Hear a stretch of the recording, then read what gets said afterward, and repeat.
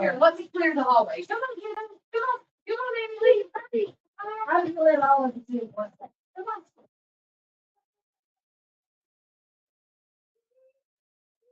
Hey, chat. Who is all that noise yelling over us? It's gone. I'm on the road. Well, hey, chat. How you doing? Welcome. Hey, That was hey. Is anyone in the chat? I am sorry, chat. No, I'm pretending there are people there because we're train ourselves to this. I am sorry, chat. We had a technical issue. Learning to use this platform between different shows. Did an earlier show, transitioned right into this one, and learned I can't do that.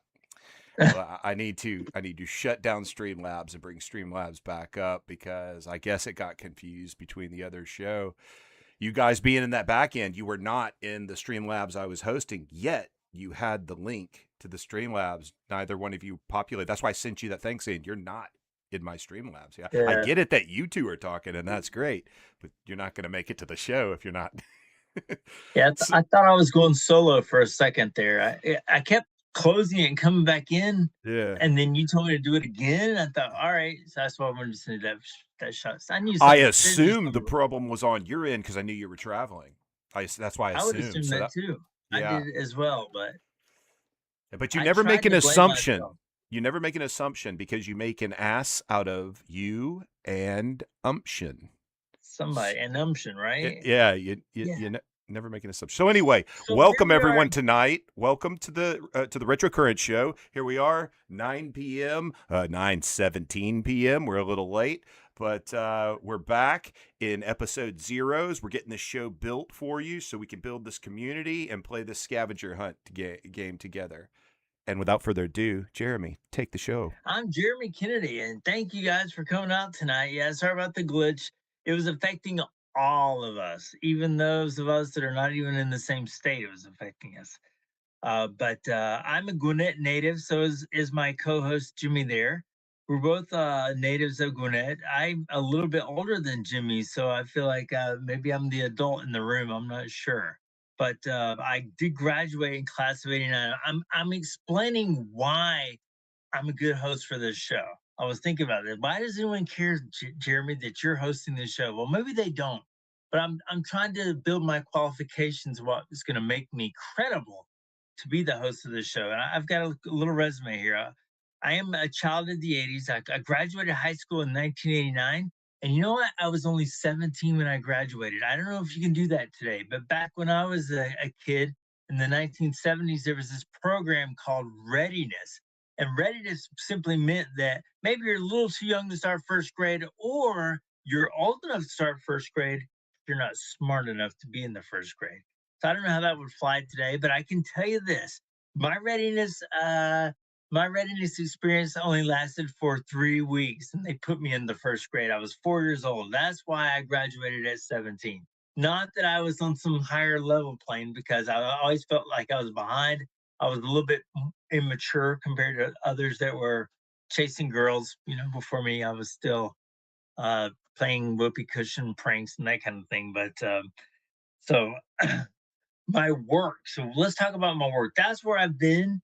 But my work experience, I'm just as plain as everybody else. I started out my career working in a pizza factory. That pizza factory was called Domino's.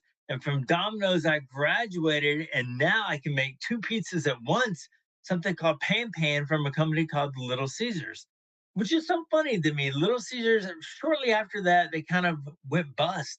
And now I see those things everywhere. I see them in convenience stores. They made a huge comeback. So good for them. Unfortunately, I can't say that I was part of that comeback. I had nothing to do with it.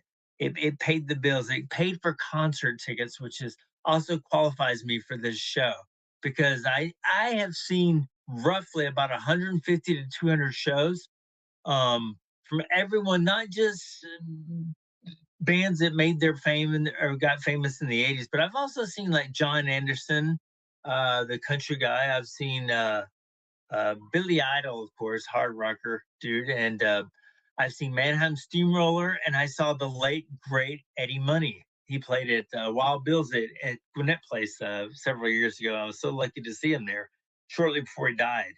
But and I like to chase the 1980s, meaning that I follow all the Facebook posts and groups like everyone else, and I like to see what songs were charting today in history, what songs were at the bottom of the chart.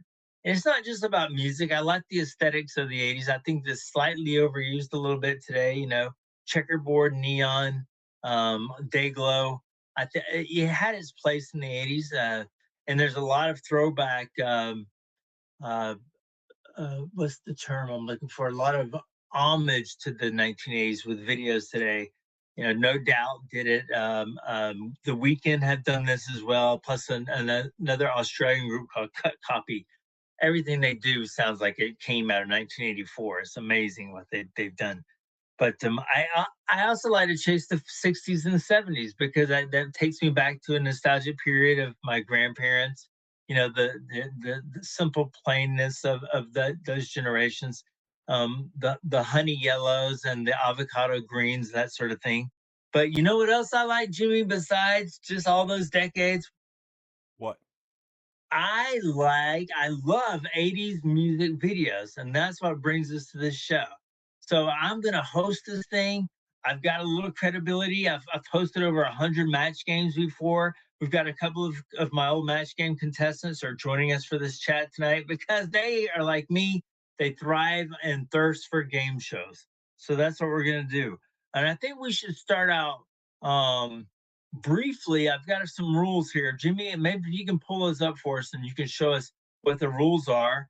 And then we'll dive into what the clues / questions are going to be tonight. If you can share that screen for us. Yeah, I will. Real quick, did you send that in an email?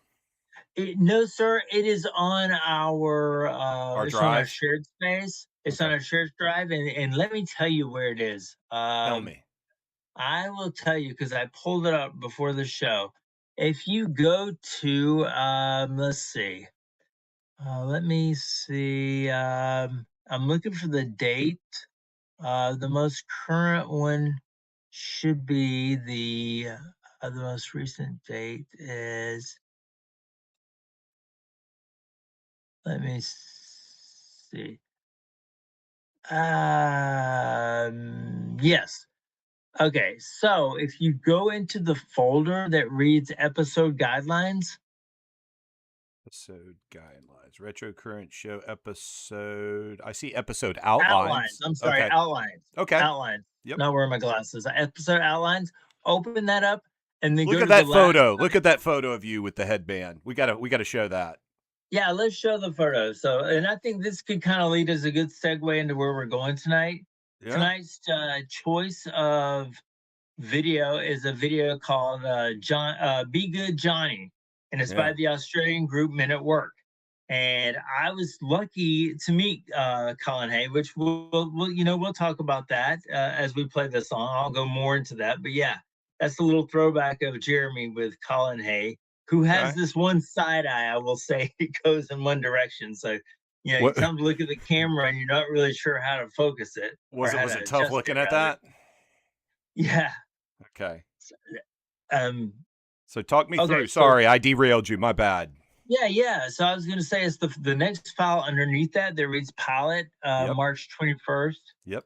Which we delayed a little bit because we had some personal things going on, but yeah, it's that one. If you can pull that up for us, and that's going to have the rules. And you know what? I'm going to follow along.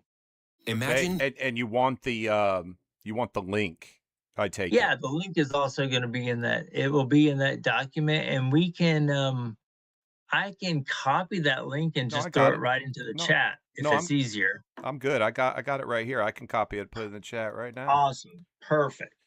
Yeah, you keep talking, and I'll try and keep this working like this. Chat. Here comes your link if you want to look at it. All right, here comes the link. Okay. And so we're going to use, I want you to use this thing. Instead of chasing a bunch of videos all over the place, we're going to focus in on one video tonight, as opposed to when we played it last time. We're just going to look at one video, but I've got 10 clues, or rather questions. Do you want me to show this? Do you want me to show this? Sorry, this PDF while you're talking. Do you want me to show that? I do. I think it'd be helpful if you can, Jimmy. Sure, of course. Yeah, that way the rules are printed. We can read them along together, and then they can see these clues that we're looking for. Okay, go ahead. I'll scroll as you tell me to. Okay, all right. Let's see, something's happening. Here it is. Yeah, it could be I'm delayed a little bit, but okay. So we're going to use that link. That link is going to be the link directly to the video. I'd rather you not go to YouTube and type Men at Work, Be Good Johnny. And the reason is that there may be some counterfeits out there, but whenever we're playing this game, Jimmy and I have decided that whenever you see the word Vivo, VEVO, that is going to be the officially licensed music video that we're going to be talking about in reference. But we will always provide you with a link. If you just follow the link, you're safe. You're not going to get into any counterfeit territory or any fan uploaded videos and that kind of thing. So what I want you to do is read over tonight's clues and questions. I will provide those here. They're on the document. Jimmy will scroll in just a few minutes. But I want you to read over the clues and questions to help you find the answers needed in tonight's hunt. Because that's what you're doing. You're hunting for things specifically that are related to this video. And there's a question or a clue that will be given about that particular item that you're hunting for. When you have completed this, now, Michelle, my spouse, and I were talking about this tonight, and she said, I think I'm going to need a piece of paper since I'm using my phone. She's going to use a piece of paper and just write down quick bullet answers 1 through 10 of what we're looking for here. But if you've got a desktop, that is probably going to come in more handy. I think you can quickly put it in, I don't know, Notepad or Word or wherever you want to put it. It doesn't matter. We will call at the end. We're going to call for, I'll ask number 7. We see something on Men at Work's lead singer Colin Hay's wrist. What do we see? I will call for that. And then you, as being the one that we have selected, because you told us you were finished first, You will tell us exactly what we're looking for. Let's keep going down the rules. I don't want to get ahead of myself. Letter C, when complete, I want you to return here and write the word done in the chat. When you write that word done, I'm looking in this chat. When I see the first person is timestamped with the word done, then I'm calling on you. We're going to call on you and we're going to ask 1 through 10. I'm going to call up what is number 2, number 3, number 4, all the way through. And you'll just simply just write those in the chat, the answers in the chat. Unfortunately, we don't have a phone system here. So we're just going to use what's been given to us, which is the chat feature. And we're going to call for the answers. And the producer, that would be Jimmy, and I will determine, let's say you give a vague answer, we're going to determine if you came up with the right answer or not. Spelling doesn't count. So if you misspell the word there, it's okay. Millions of Americans are misspelling it right now. It's okay. As long as, the answer is, I'm looking for, I'm looking for accuracy, not necessarily precision, if that makes any sense. So, but we'll both decide. But here's the thing, you know, be as precise as you possibly can. All right. And if you do screw up, if you miss number 10, then what we're going to do is we're going to say who else is done. If someone else says that they're done, I'm just going to call for number 10. And the person that gets number 10, they're gonna close this thing out. That means they're gonna be crowned the winner of the night. Unfortunately, that's what happens when you say that you're first. You arrive first. The first one on top of the mountain wins. Well, you arrived first, but then you left a trail of things behind that you needed on top of the mountain. All right. So, Jimmy, without further ado, I guess we are ready to turn these folks loose. We've got 1, 2, 3, 4. Looks like 4 people in the chat. So we got 4 players tonight. Josh, I really appreciate it. It's good seeing you again, man. Welcome back. I know you've been through a rough time, and I really appreciate you coming back with us. Michelle, it's always great to see you with us. And Jamila, all the way out of north, let's see, northwest Georgia. That's where she is. It's good to see you with us. And Steven, I don't know if you're playing with us or not, and local Hans. But anyway, all right. Well, let's get started here. I'll read over these clues. You're going to see these clues posted. If you're using a desktop, I highly recommend using another tab. Going that way you can toggle back and forth. And then don't forget to write the answers down. But if you're really good, you got a photogenic memory, you're gonna spit these right back out to us. So they're not hard, but you still have to be observant. Jimmy, do you want to add anything before we move on? No. So basically what we're going to do here is I'm going to play the video with no sound, and everyone's going to watch the video with no sound while we talk. Is that what we're going to do, or are we not doing that anymore? I mean, we can do that as long as we don't get in any trouble. So yeah. What did they strike us for? They struck us because they struck us for the Van Halen song. Van Halen. Why Van Halen? Why did you strike us?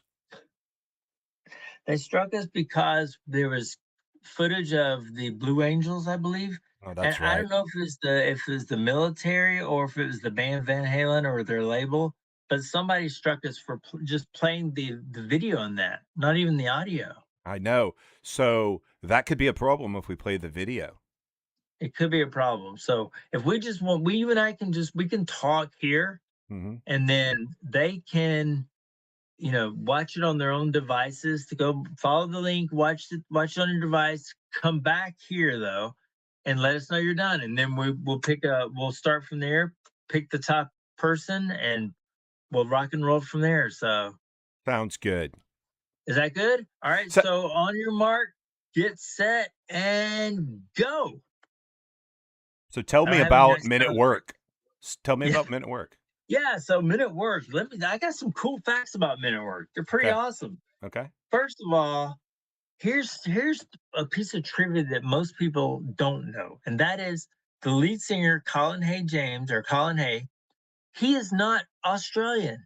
He is from Scotland, but he migrated to Australia Okay. sometime in the late '70s and formed the band Men at Work. And you know, Men at Work were unfortunately they were only around for about 3 or 4 years, and that was it. And then Colin went solo. But here's something funny. They won a Grammy. Now, not too many of my bands, I like, you know, I love new wave, alternative. They don't win Grammys. Typically, that's reserved for your Paul Abdul's or your Michael Jacksons, you know, your Heart, but not an Australian new wave band. But they won the best Grammy for best new artist. In fact, they beat Cyndi Lauper. I believe they beat Cyndi Lauper that year for best new artist. I could be wrong on that. I'm sorry if I misquoted that, but I thought they, if memory serves me right, they beat Cyndi Lauper out for that award. And then, you know, they suffered with something called the sophomore suffrage, which is their second album didn't do nearly as well as that first album did. And after that, they put out one more record, and then they called it quits. So they all went their separate ways. Um, and going back to the sophomore suffrage that they experienced, now most bands do experience that. The Outfield I can name off the top of my head, Mr. big time. Yeah. But there are sometimes some bands get lucky with that second album. Duran, they came out with the first one, which was self-titled. Their biggest hit on there was Girls on Film. Didn't even make the top 40. We all know it because it's played today. But when it came out as a single, it only got to like number 41, 42. It didn't score top 40. But then they created Rio, and Rio was the game changer. Hungry Like the Wolf, Rio, Save a Prayer, Hold Back the Rain. All those were hits from direct singles. And in fact, they were running out of songs to release as singles because they had already released like 7. And I think the album had 8, and they had one more on there, and it was not considered good enough to be a single. But yeah, and the Thompson Twins also they broke that curse because their second album, Into the Gap, went platinum. And of course, they had Hold Me Now, Doctor, as opposed to that first album, Sidekicks, which it scored a one top 40 hit with Lies, which only got to number 30. So, you know, but Men at Work, they did suffer from that a little bit. In fact, Jimmy, besides Down Under and Who Can It Be Now, and this song, Be Good Johnny, can you name another Men at Work song? Ooh, probably not. Well, they actually had 2 more top 5 hits after those 3 that I mentioned on the second album. Although the second album didn't sell as well, it still had a couple of hits on there. Overkill was a big one. Do you know that song? Yes, I do.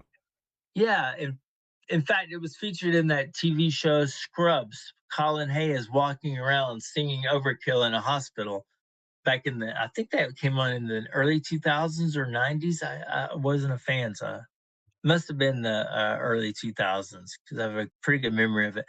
But there was Overkill was hit number 3, and then they had that song It's a Mistake. Do you know that one? Do you remember that one? Yes, I do. I do know that one. Now that you mention them, I'm remembering them. Yeah. Yeah. And I always, It's a Mistake was one of those songs that as a kid, I just uh, It was poppy. You know, misheard something. it was a pop sounding song to me. It's a mistake. Yeah. And I used to think he was singing It's Summer's Day, not Summers. It's a Mistake. It's Summer's Day. Okay. It's Summer's Day. I see. Yeah. Be careful. We're going to get a Anyway, copyright strike. yeah. Sorry. Um, and the other single they had, which hardly anybody remembers, they had a song called Dr. Jekyll and Mr. Hyde, or Dr. Heckle and Mr. Jive, Jive. is what it was called. Yeah. Yeah, Jive. Not a very good song, but if you ever own that record, Cargo, which featured those 3 songs, the intro to Dr. Heckle and Mr. Jive is a lot more memorable than the song itself because it sounds like a mad scientist in a lab. You hear the bubbles going through the test tubes and that kind of thing. It's very clever. But Okay. anyway, Men at Work, fast forward. So Colin Hay, lead singer, still tours this Men at Work. In fact, I checked tonight before the show to see, where's he playing at? Because he now calls America his home. He may have dual citizenship, but I know he lives in the LA area, and he's married to a Brazilian, and she also performs with him in his band. She plays percussion, I believe. But he is touring this summer with Toad the Wet Sprocket, which is a Wow. 90s band. And that seems to happen a lot where I see an 80s band that I love touring with some alternative 90s band. But actually, I'm glad to see Colin Hay or Men at Work are the headliners. Toad the Wet Sprocket had some good stuff, but they don't have the recognition, I suppose, that Men at Work would have in the states. Um, I was lucky back in 1997. That's the first time I'd ever seen Men at Work, if you will. Although Men at Work was basically, like I say, Colin Hay, a few sessions, musicians playing with him, but they did sound really good. However, I was very fortunate enough to see Greg Ham, and Greg Ham was the saxophonist in Men at Work that you hear on, especially on Who Can It Be Now? That sax is playing. That's Greg Ham, who was also he served double duty. He played keyboards, as you will see him in this video, and he played the sax. But I was lucky to see Greg Ham on tour with Colin Hay as Men at Work, and this was back when there was a lot of crowd surfing going on. And I remember Greg Ham has this saxophone. He was a short guy, a little guy, and he's playing this saxophone that's nearly as long as he is, and it looks so heavy. And he's standing at the edge of the stage, and he's leaning back. And guess who's propping him up? Yours truly, Jeremy Kennedy's holding up with one hand, got my arm around my date, the other hand around Kristen. Shout out to Kristen, and I was holding up Greg Ham, and that was a pretty special moment for me because here's a song and an album that I love, Business as Usual from Men at Work had all those big hits. And here I'm getting a chance to see Colin Hayes sing these wonderful songs with that Scottish accent and Greg Ham on the sax. So it was a wonderful night. Great, great show. I bought a t-shirt for that show. Unfortunately, I outgrew it. But I was lucky enough to see that was the closest thing I'll ever see to the original five-piece of Men at Work. As some of you know, Greg Ham passed away in 2012. He's no longer with us, but the rest of Men at Work, the players are still around. They're scattered all over the globe, but they are still together. I don't know if VH1 Bands Reunited ever attempted to reunite Men at Work. I'm going to say that they did, but we don't know about it because if I was going to reunite an 80s band, sure, a lot of them get out and play Flock of Seagulls. Mike Score does his thing, but Men at Work were massive. They were huge. They played stadiums back in the 80s, and they would support like the Rolling Stones, because they were still considered, rock. Although we know them now as new wave. At the time, I don't know if they were specified as new wave because they had two, not one, but two number one hits in America. And for a new wave band to have, even a top 40 hit is kind of special. But to have two number ones, you don't really look at them as new wave. You kind of look at them as pop rock, if you will. But so Jimmy, I've talked a lot. What's your recollection of Men at Work besides the bad Charlie Sheen movie? No, that's a great movie. What are you talking It's about? a Him, great. him I'm and just kidding. I've never Emilio seen it. Estevez and Men at Work. Yeah, That I love that movie. You don't like it? it's good. So Or what about the music? When you hear Down Under, is that a song that you Laying Down the treat to or you turn it up? I'll listen to it. I wouldn't skip past Down Under, and I wouldn't skip past Be Good Johnny or Who Can It Be Now? Any of those that come on the top 40 hits we heard growing up. Now, Yeah. did I become, say, a propagator of Men at Work? No, I would. It's not like I would be playing it somewhere and then transpose it to someone. You know how you get music that way? Someone else is playing it, and you're like, "What is that?" Or they they lead you to a song or a band. I couldn't see myself doing that with Men at Work. But having said that, I don't. It's kind of shocks me they won a Grammy. I didn't see them as kind of. You said they won a Grammy for something, or did I? They did. They won a Yeah. Grammy for Best New Artist in 1983. Okay. Well done. Yeah. I can't remember all of who was in '83, all the artists coming out and everything, but I guess they were at the top of the list. Yeah. I'm sure Michael Jackson cleaned up that night, but Men at Sure. Work did take home a Grammy.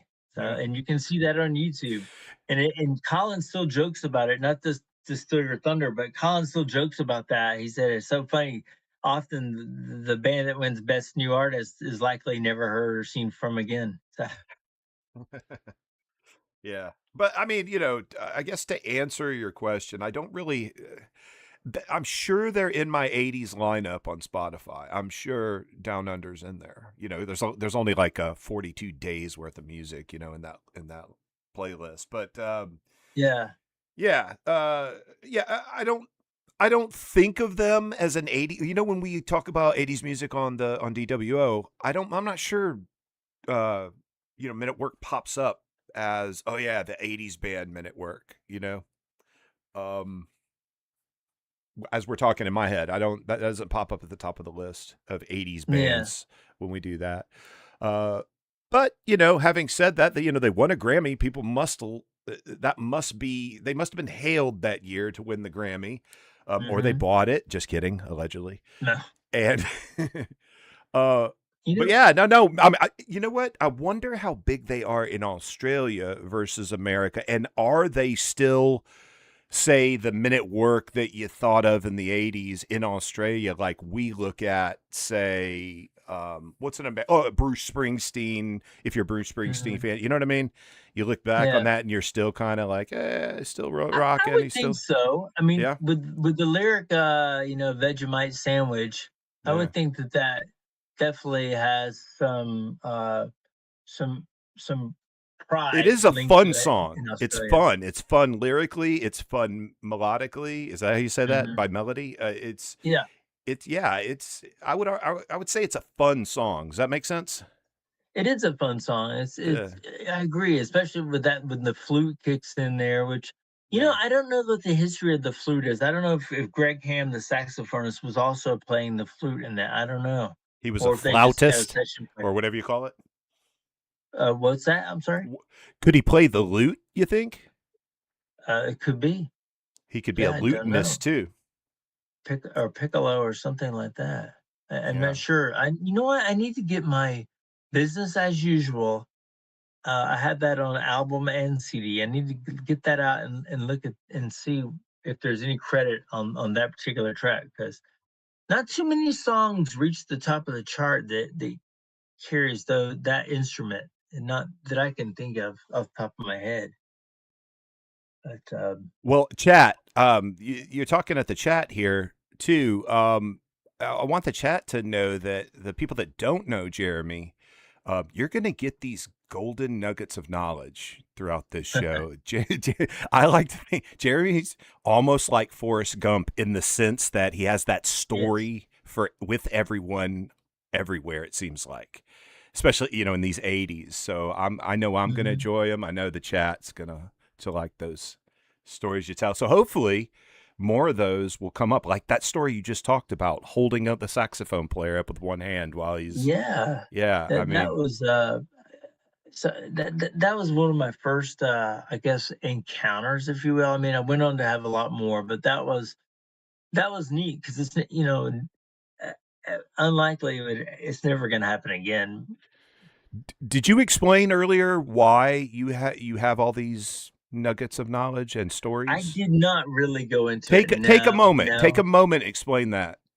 Yeah. So I because of this passion for '80s music that I have, it kind of started back in the early 2000s, where things started becoming tangible, and I credit the internet for that. As a result of the internet, I was able to actually locate a lost band member from the Thompson Twins. I found him in California, and I thought, what the hell? I'm going to ask. So I asked if he would like to go to a concert with my wife and I. We were going out to Hollywood to see ABC, who we had met earlier, and we went out to Hollywood to see ABC in the Human League, and I know the Thompson twins were in that circle. So Joe Leeway was his name, and he jumped right on it, and he absolutely. And so he met us at the show that night. Him and his girlfriend, we met at the show that night, and he had such a great time because he got to reminisce about the Thompson twins, um, with other people that were there that night. There were a few celebrities in the crowd. Courtney Love was walking around. I don't know Courtney Love, never met the lady. In fact, I wouldn't even known it was Courtney Love had someone not said, "Oh, there's Courtney Love." One of the girls from Beverly Hills 90210 I did talk with. I got my photograph with her.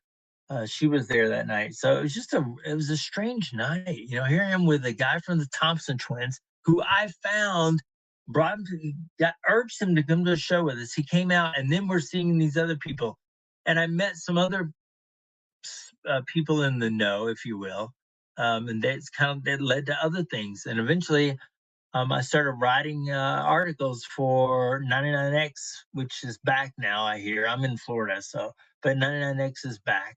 So I was writing articles for 99X, which became a Cumulus station. So I was submitting articles for Cumulus Radio, and there's no pay there hardly. I mean, they're good to you, I suppose. You get backstage access, and it may lead to other things.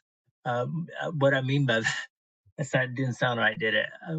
What I mean by that is that you leave a good impression with somebody, and then hey, maybe they want to tour and they will play a gig in Atlanta or something. They'll reach out to you. Hey, can you do the PR for us? Or I reckon that's how I got a gig with Wang Chung, was because I believe Martin Fry had given me a reference. And then next thing I know, Wang Chung was reaching out, who I had met. And we love Jack. He's been on a sister show of ours that Jimmy and I host called Dancing with Ourselves. But yeah, that's how I've met Jack. And because of these little encounters, or these brief moments of employment with these bands, I've met so many people, and I still have contacts. It's I don't want to go around, bragging about all the people that I've met or know. But if the opportunity comes up, I certainly want to mention it, and that's what Jimmy's talking about with these nuggets. Well, I want you to brag, because it's possible we might get a good guest on the show, and then the chat gets to listen to you talk to someone, say like Martin Fry from ABC, Yeah. or Jack Hughes from Wang Chung. He might like to come on and play the game with the chat. That would be cool as hell if we could orchestrate that. Not promising cool. anything, chat, but I do plan to do that. I can say I know a few that I can reach out to. I will tell you something though. This has nothing to do with Men at Work, but the biggest celebrity that Jeremy Kennedy has ever met, I met Liz Taylor. I won't go into how, but I met her one time. She would not know me from Adam's Cat, but I did meet her. And also, I was lucky to meet Neil Tennant of the Pet Shop Boys, and that does not happen very often. But I was lucky to talk to Neil Tennant for 5 seconds. But that was cool. Interesting. Were you at a secret elite Hollywood party or something? No. Neil Tennant was actually I met him in the United Kingdom. I met him in England, in Nottingham. Liz Taylor I met at Lenox Mall. And I think I was still in high school. So, well, how did you meet Liz? So Elizabeth Taylor was in the mall in Lenox Square, and you met her there. Okay. She was promoting a perfume called Diamonds. I remember that. I see. And she just happened to be in, I don't know if it was a Riches. What else was around?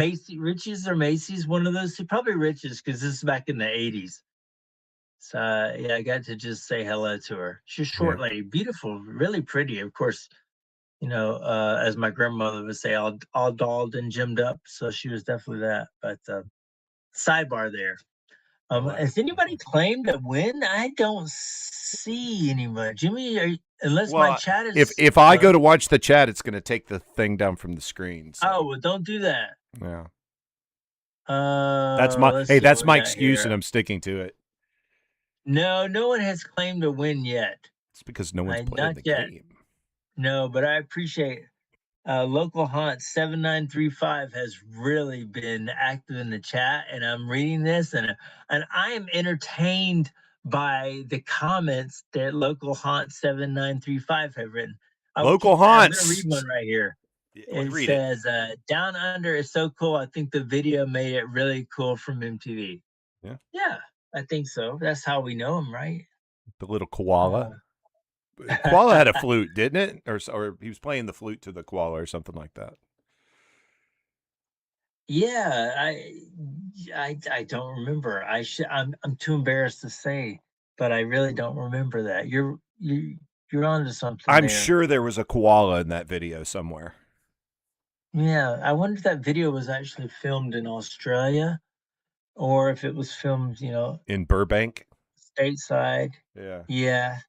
But you know what? America was always slow when it came to international songs. We were always the last one. Like a Bee Gees hit would hit globally, or ABBA would hit globally, and then America would finally pick up on it and get it last. And usually that's really what happens with British music from the 80s. The Police and Flock of Seagulls, Thompson Twins, Duran Duran. They all had hits over there way before they had hits over here. But then again, we mentioned this on Dancing with Ourselves a week or two ago. Oh yeah, man! Somebody said, "What about the Smiths?" Well, you know what? The Smiths never really had any big hits. They were just they were so good, and they only put out 4 albums, or were around for 4 years or something. They were just one of those bands that you could play any track, and someone's going to gravitate to the Smiths. Just my opinion, but agreed. yeah, I was saying when we talked a few weeks ago on Dancing with Ourselves, we mentioned the Outfield, and the Outfield, of course, they had that big hit "Your Love," which that was one of those bands that Jimmy You'd asked us at the time who should have been bigger, and the Outfield was definitely one of those bands. Although they had that one good hit and it's still played today, it's been used in commercials. Your Love, just he's on a vacation far away. That was one of those bands that absolutely flopped in the United Kingdom. I don't even know if that song scored in the top 100. That's how bad they were. And The Fix, another one. One thing leads to another. The Fix, great band, great band. I would love to have Cy Kernan on sometime. I've met him a few times. That was another band that didn't do anything in the United Kingdom. So mainly their staying power, if you will, in the 80s is right here in the United States, because their songs continue to get played. Red Skies at Night, one thing leads to another, Saved by Zero, some big songs from The Fix. Great band. And The Fix are one of those rare, exceptional bands where all the members, the original members, are still together. And now they formed in 82. So we're looking at 46 years of playing together. Imagine all the fights that have happened in those studios, but they're still together. It's amazing. Still sound like they always have. Red Skies at Night, brilliant song. Absolutely. It's one of those songs that reminds me of the Cold War, because there was that big threat of nuclear destruction. Did I say that right? Nuclear destruction. Yeah. And I think Red Skies at Night always reminded me of that, of this nuclear destruction that was supposedly coming but never came, thank God. But anyway, so still don't have a winner. Michelle Kennedy says she is working on it, and I don't know. How long is the video, Jeremy? How long is the video? Oh my gosh, it's only, this is from 1982. It was a 3 minute and 42-second video. Well, technically by the producer's timeline, we would be doing goodbye and call to action right about now. But we did start about 17 minutes late today, so I think it's only appropriate we push it at least 15 minutes past the hour. You know what I think? The video is so charming. I think that people just want to watch it over again. I did when I started making Is that what's happening, you believe? Yes. This is one of those songs. Now, I really haven't talked much about the song because we're going to get a good overdose of it. when we start going through the questions here shortly. Okay. But the song is, to me, it's the best song that they've ever done. I will answer that question that someone just asked in chat in just a second. But the song Be Good Johnny is one of those songs that even if you can't sing, and I cannot sing, you can try it in the shower or the car, or as they say, sing in a bucket. I don't know what that means. I don't know who they can sing in a bucket. Maybe a well, but it's one of those songs you want to sing and you want to sing it loud. If you can replicate that be good, be good, be good, be good, just over and over consistently without straining your vocal cords, I would say, you can sing much better. Give yourself a pat on the back because that's pretty miraculous to do. I don't know how Colin Hay at the end of his shows, that's usually his encore is Be Good Johnny, because it brings the house down. He does like this extended version of it. And he must say Be Good Johnny probably, I'm guessing, 36 times by the time the song is over. What a great song. And the guitar riff is so strong. It's one of those great songs that blends the the guitar with the synthesizers without overdoing it, if that makes any sense. And it's all played in real time. And then of course that sax is kicked in also. So it's just a great song. What a good song. I chose this one tonight, not for the video.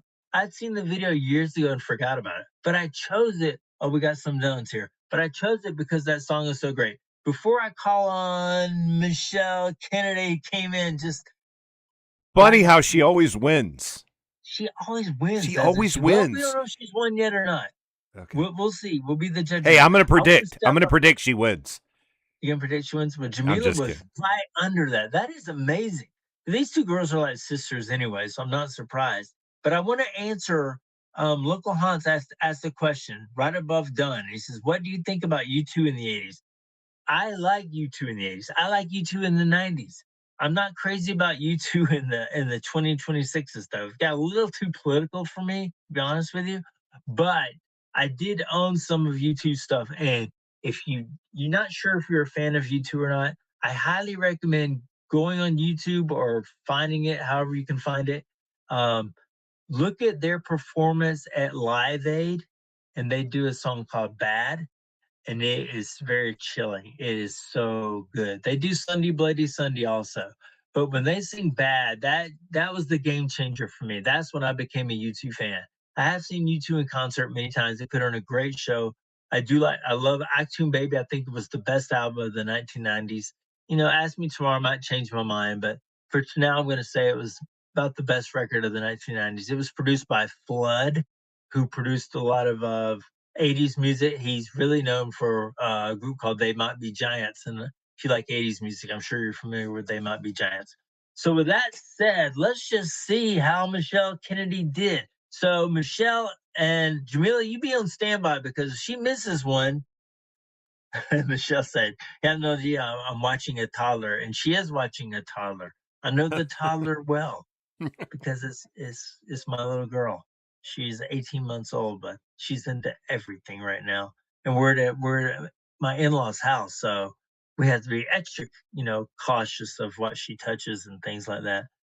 Okay, so I'm gonna step up to Michelle, and Michelle, just type in the answers. It don't have to be long, lengthy answers. Just get to the point. All right. So here we go. Number one, and I'm going to follow along too. Jimmy, thanks for posting this, by the way. I think this looks really good. Okay. This is still technically a pilot episode, so we're trying some things out. I'm really appreciative of you guys playing along here. Number one, does house number 353 have any mail? Michelle, yes or no? And I repeat, does house number 353 have any mail? There could be a slight delay, remember?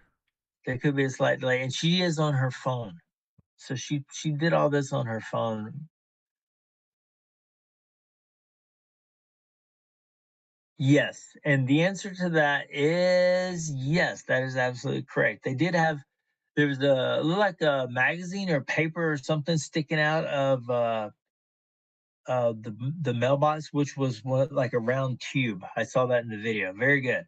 All right, number 2. What did Johnny do at house number 353? He did something kind of mischievous. What did he do? However you can explain it, you know.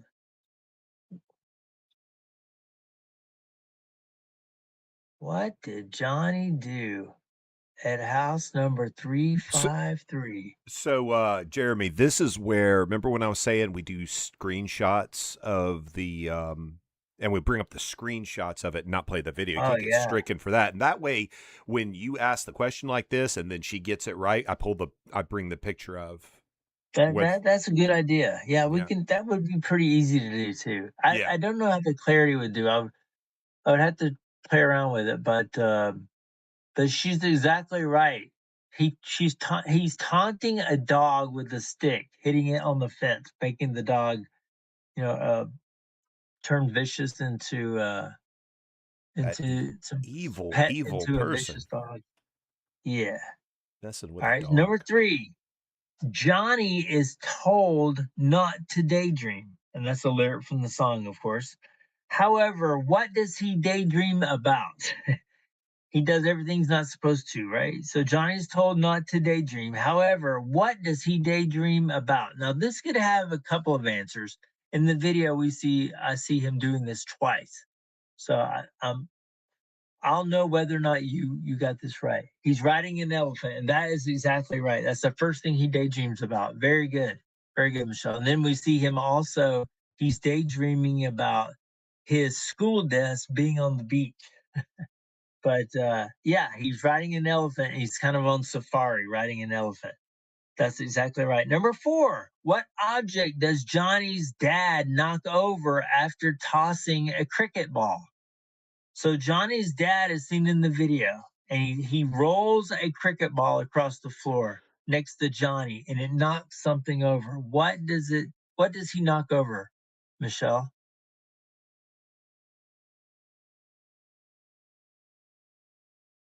And she's queuing up her answer. The globe. That's exactly right. There's a little globe is perched up on a stand, and the globe takes a tumble. In fact, I bet that was not planned when they were rehearsing the video. And it looks like it kind of went off course and knocks that over. In fact, Johnny, if you watch it very carefully, he jumps like he's supposed to save it, but he doesn't save it. So they just let it fly. And I guess it turned out, didn't want to do another take, so they just let it go. So that is now part of the video, and we used it in a game show here 42, 46, 44 years later. Sorry. You could always ask Colin to come on and narrate the video for us. Wouldn't that be cool? That would be pretty cool. In his accent, that would be awesome. Yeah. Matter of fact, he could show up and bring the questions, and initiate if we have a special guest like that, they initiate the questions, and then the chat has to find it all just off their other pivot question. More engagement. I like it. I like it too. We're gonna have to table that. Okay. That might be arranged, especially since he's on tour. He's doing a lot of PR stuff. Yeah, you just have to bring the celebrity. That's all. You just bring the celebrity. The rest happens. Right? Yeah. Just bring the celebrity. That's it. That's all you got to do. Pre-planning. Yeah. I like that. Makes my job easier. Michelle's already answered the question. This is like Johnny Carson, right? When he was when he holds the thing up to his head. Are you calling me Ed McMahon right now? I'm referring to you as Ed McMahon in some way. Yeah. All right. Hey, Ed gave away. He made a lot of people happy. He gave away the what was it? The Publishers. I think that was a full of shit thing. I don't think anyone ever won that. Have you ever met anyone that's won it? Have you ever met anyone who knows anyone who's won anything like that? No, I don't think so. I don't. Yeah. Lottery winners, yes, I can point to. Okay. But I cannot point to a Publishers Clearinghouse winner. Michelle, what is Johnny wearing at home that he wasn't wearing on his walk home? And you were right. He's wearing a sweater. I wonder what they did that. That seems kind of opposite. Poor Johnny. Like his parents wouldn't let him wear a sweater when he's walking home from school, where maybe it was chilly outside, but when he gets inside the house, he's talking to dad, he's got a sweater on. Oh, she said she's trying to speed it up. Okay. That's funny. All right. Number 6, the band performs under 4 bright white lights, but they are flanked by 4 lights on both the left and the right side. What color are those lights? And let's see what Michelle says. So we got some white lights in the front. This is when the band is performing at the end of the video. But on the left and the right side at the top, there are other colored lights.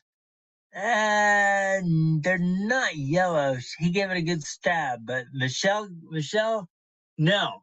Okay, this is an interesting point here Michelle has made. Michelle said on the phone it was hard to tell. In Local Haunts, he asked if it were yellow. And perhaps when you look at this in their world, in their view, maybe it is yellow. And from my desktop, my Lenovo laptop here, they're blue. So I had blue written down. Michelle said blue question mark. On the phone, it was cut off a bit, hard to see for me. All right. I'm going to accept that. I have to, because it's like the dress. Remember the dress on the internet? Is it blue? Is it gold? You remember that whole thing? Yes. So that's right. Yeah. So some people see it as blue, some people see it as gold. I think those were the two colors. So maybe, this could be a learning moment for me. Then again, maybe you're colorblind. Yeah. That's it. I don't know. If the game does nothing else, it has revealed that Jeremy Kennedy is colorblind. I know people that claim to be colorblind, but I don't know. Claim to be? Wait, you said it like they're lying. They claim to be. Like someone in this chat knows who. Okay, so Jamila saw blue also. Jamila saw blue. Now, Jamila, I'm going to call your husband out because he claims to be colorblind, if I remember correctly. So I had to make a note to myself not to ask any questions about colors because of this very distinguished challenge that we're being dealt with right here. Okay, number 7. We see something on Men at Work's lead singer's Colin Hayes' wrist.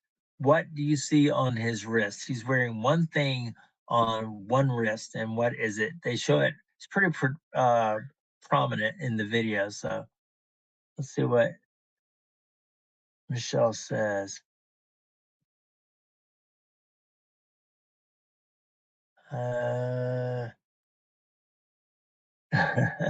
You need some sort of Jeopardy music right there. I do, don't I? I know. I'm waiting on pins and needles here. We'll create some music. We'll come up with something for that. Maybe, let me go back. I'm gonna look maybe mariachi people singing, would be good. She got it. Yes. He is wearing a bracelet. But she said again, it's hard to tell. It is a bracelet. Jamila, it is a bracelet. We're gonna go ahead and say she's got this one. However, Jamila, what did you see? The bracelet was shaped in an interesting fashion. Could anybody else tell what that was? I made some notes about it, but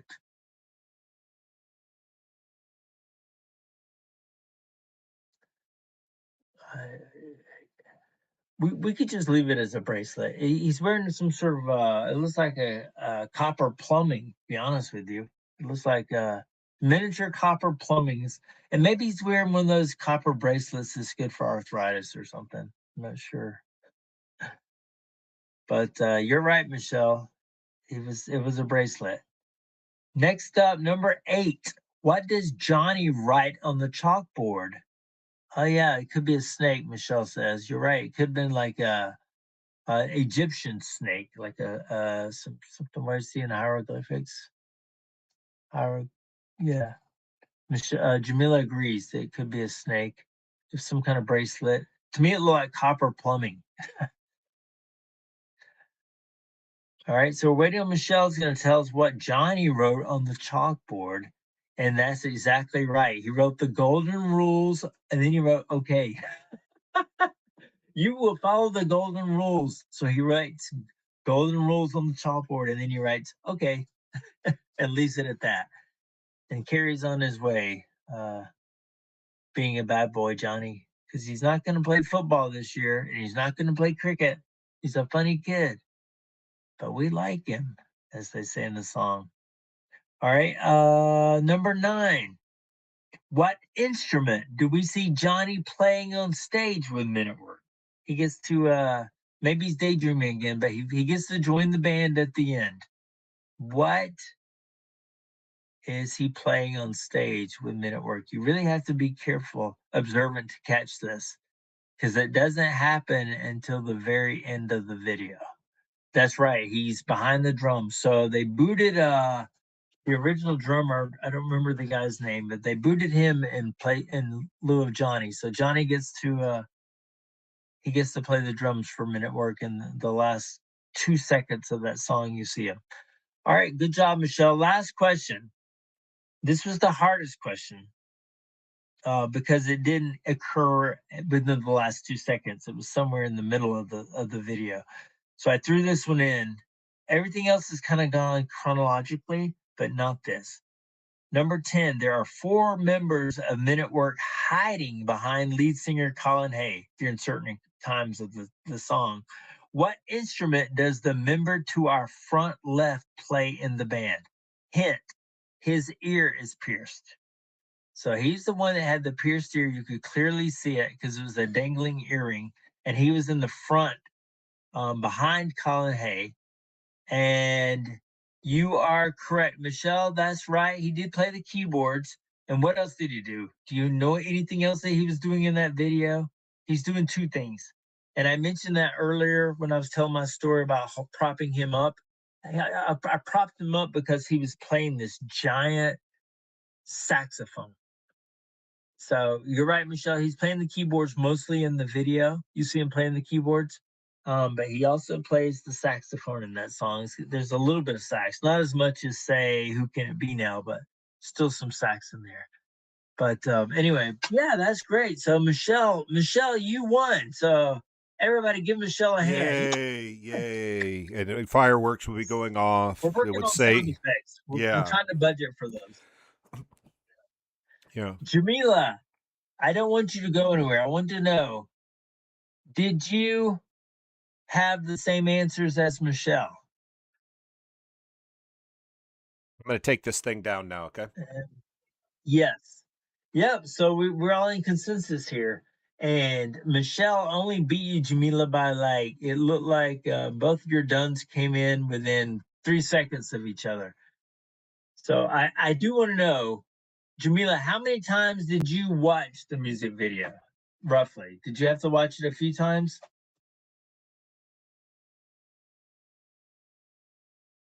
There is a little bit of delay here, I can see.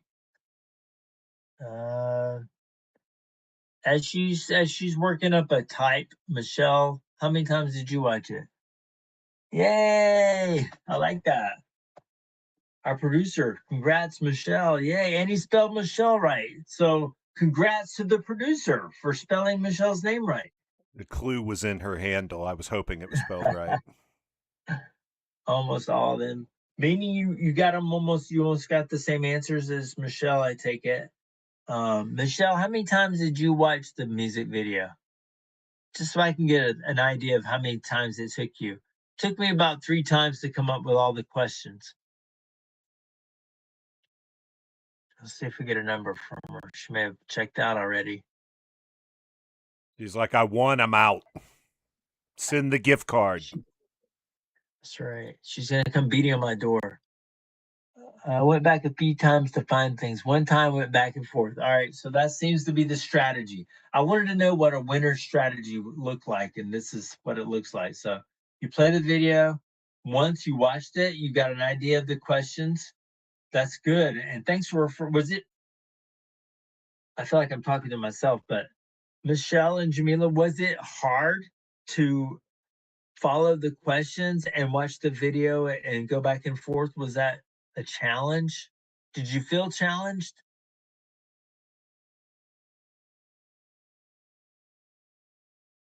got a little bit of delay from my end, so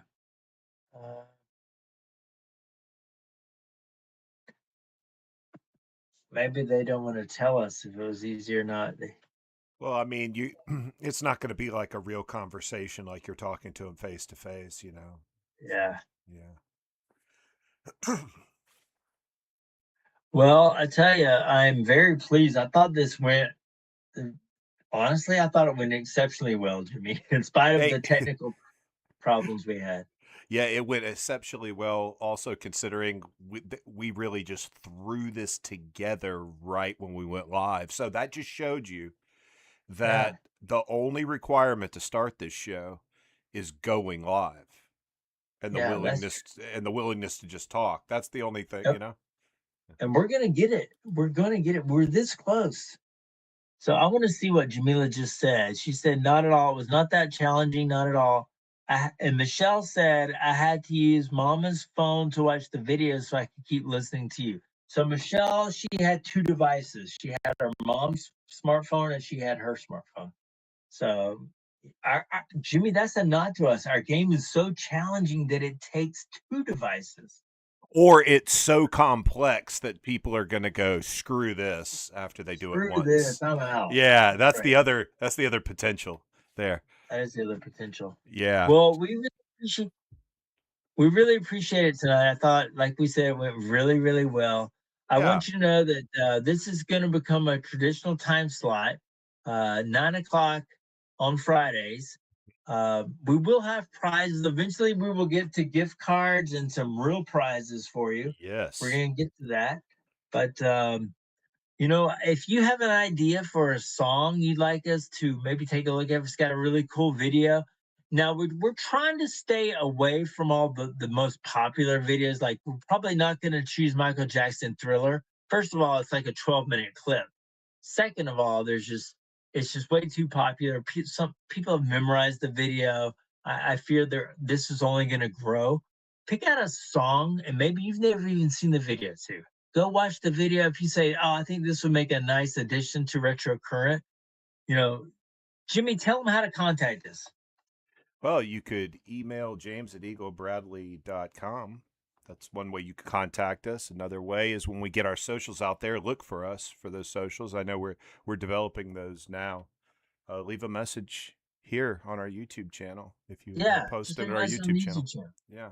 That's right. You can make a comment because what's going to happen is this show is going to it's going to formulate a video that you can go back and watch, listen to later, a replay, and then you can make a comment on the replay right there. And Jimmy and I are the only ones that are really paying attention to these things, so we'll see that come through. And I'd love to pick someone else's video next week. This week we focused on 1982, talked about 1982 a little bit.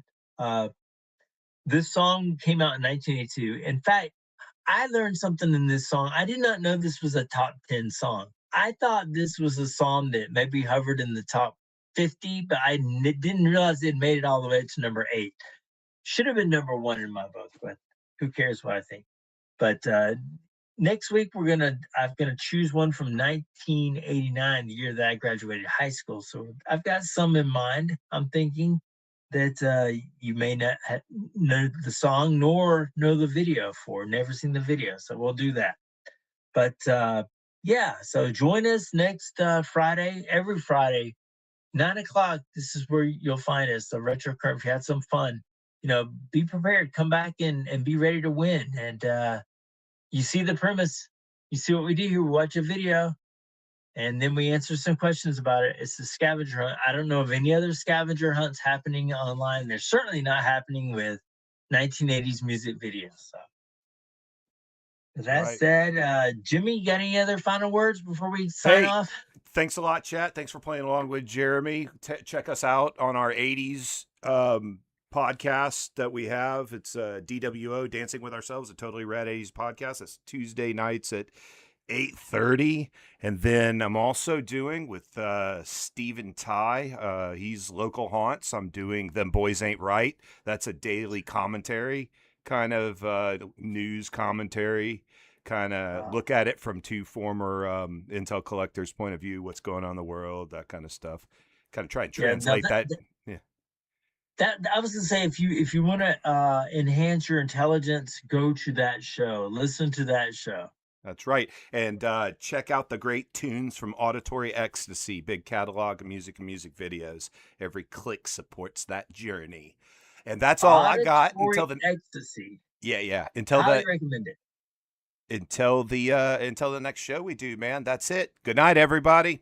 Jamila, Michelle, and Steven, was he with us tonight? Yeah. Steven. Yeah.